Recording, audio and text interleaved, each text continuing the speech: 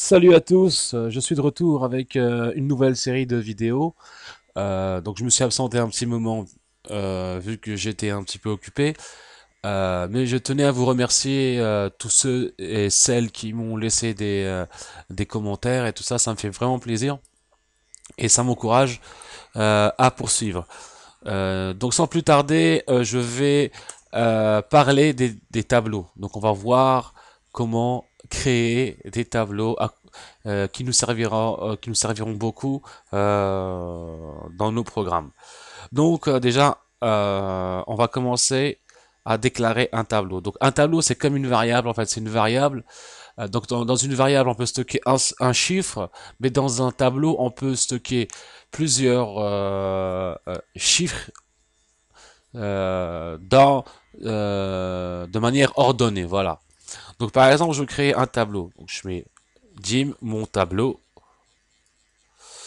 et j'ouvre, je vais faire les parenthèses, je fais as, et un tableau de quoi? Par exemple, si j'ai envie de faire un tableau de chiffres, d'integer, je mets integer, string, etc.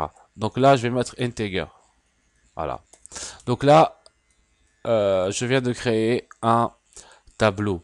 Mais tout d'abord, il faut savoir qu'il y a il y a plusieurs types de tableaux, mais on va voir deux principaux types de tableaux. Donc, premièrement, le tableau a une dimension. C'est quoi un tableau à une dimension? Donc, c'est un tableau qui ressemble à ça. En fait, il n'y a qu'une seule ligne et il y a plusieurs colonnes. Donc, on peut le représenter ainsi. En fait, quand on crée un tableau, c'est quoi? On crée des petites cases, c'est comme pour les variables, des petites boîtes à chaussures dans lesquelles on va stocker des informations, enfin, entre autres des valeurs. Donc moi, par exemple, j'ai envie de créer un tableau, j'ai envie de créer un tableau, ce tableau dans mon programme. Voilà. Donc, ce que je vais faire, c'est que tout d'abord, un tableau comporte une taille. Donc voilà, parce que comme l'ordinateur va allouer de l'espace dans la mémoire, il faut qu'il sache combien de mémoire il doit, combien de cases il doit mettre de côté pour stocker mes futures variables ou mes variables ou mes chiffres. Voilà, plutôt. Donc voilà. Donc là, je vois que j'ai 5 cellules. En fait, moi, je veux rentrer 5 chiffres. En fait, le plus logique serait de venir ici et ici de mettre 5. Puisque ici, cet espace, c'est là où on met la taille du tableau. Voilà, donc là, on met un tableau. Donc ça, c'est un tableau de taille 5. Simplement, comme l'ordinateur commence à compter à partir de 0, donc pour un tableau de taille 5, je vais mettre 4, puisqu'il commence par 0. Donc 0, 1, 2, 3, 4. Donc là, j'ai bien 5 cellules, mais comme il commence par 0, je vais mettre 4 à la place euh, de 5 cases que je veux. Voilà, donc là, je vais mettre 4. Voilà. Et ensuite, il y a un, les tableaux à deux dimensions. Voilà, on peut avoir 2, 3, 4 dimensions, mais pour l'instant, on va prendre que les deux. C'est ceux qu'on va, c'est ceux qu'on va utiliser le plus souvent, pardon. Donc là, par exemple, si je veux créer ce tableau, donc j'avais de créer, par exemple, ce tableau. Donc ce tableau, c'est quoi? Ce tableau, c'est 3 lignes et 5 colonnes. Voilà. Donc même principe qu'avec ce tableau. Donc comme il commence à calculer à partir de 0, donc moi si je veux 3 lignes et 5 colonnes, je vais mettre 2. Ce sera un tableau de 2 lignes et 4 colonnes. Donc, pour traduire ça en code. Donc là, je veux un tableau de 3 lignes. Donc voilà, donc je mets 2 puisqu'il commence par 0 et 4. Donc là, il m'a créé en vrai un tableau de 3 lignes et de 5 colonnes.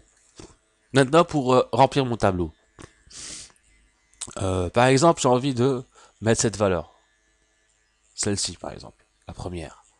Donc, je vais mettre tableau. Non, pardon, mon tableau. Mon tab. Mon tableau égale mon tableau. Mais d'abord, il faut mettre cellule 0, ligne 0, colonne 0. Donc voilà. Donc pour traduire ligne 1, colonne 1 en fait. Voilà, ligne 0, colonne 0 égale à 1. Hop. Ensuite, pour faire un autre chiffre, celui-là par exemple, ce sera ligne 1, colonne 2. Voilà. Donc, je fais ça. Enfin, c'est ligne 2, colonne 3, mais là, je vais mettre tableau 1, 2. Voilà. Donc, je copie et je colle. Donc, on avait dit 1, 2. Et je mets 7 ici. Voilà. On va se contenter de deux valeurs. Donc, on peut faire ça pour tout le tableau. Hein.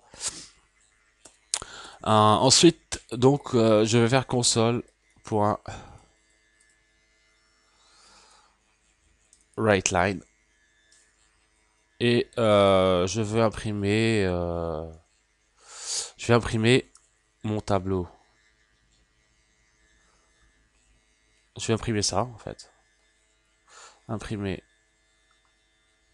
mon tableau. Voilà. Bon, mon tableau. Ça. And... Non, je sais quoi là. Non, ça. Et je fais un petit espace. Je fais and. Pourquoi il fait ça? Voilà. Et and mon tableau. Ça.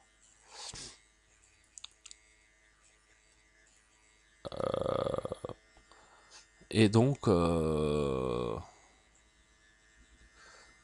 voilà. Donc je qui imprime. Bon, j'ai rajouté un autre. Si je mets par exemple mon tableau, je mets par exemple un tableau 3. Non, je mets tableau 2, 2, 2. Je vais voir ce qui se passe. Donc je fais comme ça.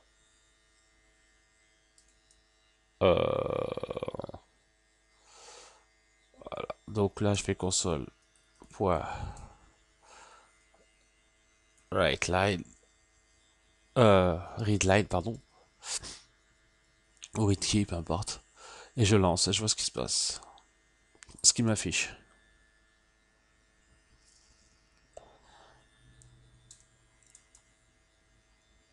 Voilà. Donc en fait, bon, comme c'est pas, je vais quand même rajouter ça. Hein.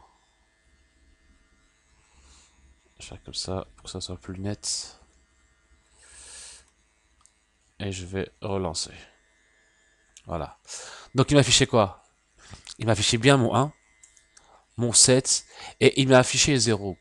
Pourquoi il m'a affiché 0? Puisque ici, j'ai pas mis la valeur de 2. Donc j'ai pas attribué une valeur à 2. Donc par défaut, il va mettre 0. Donc ça, c'est à savoir.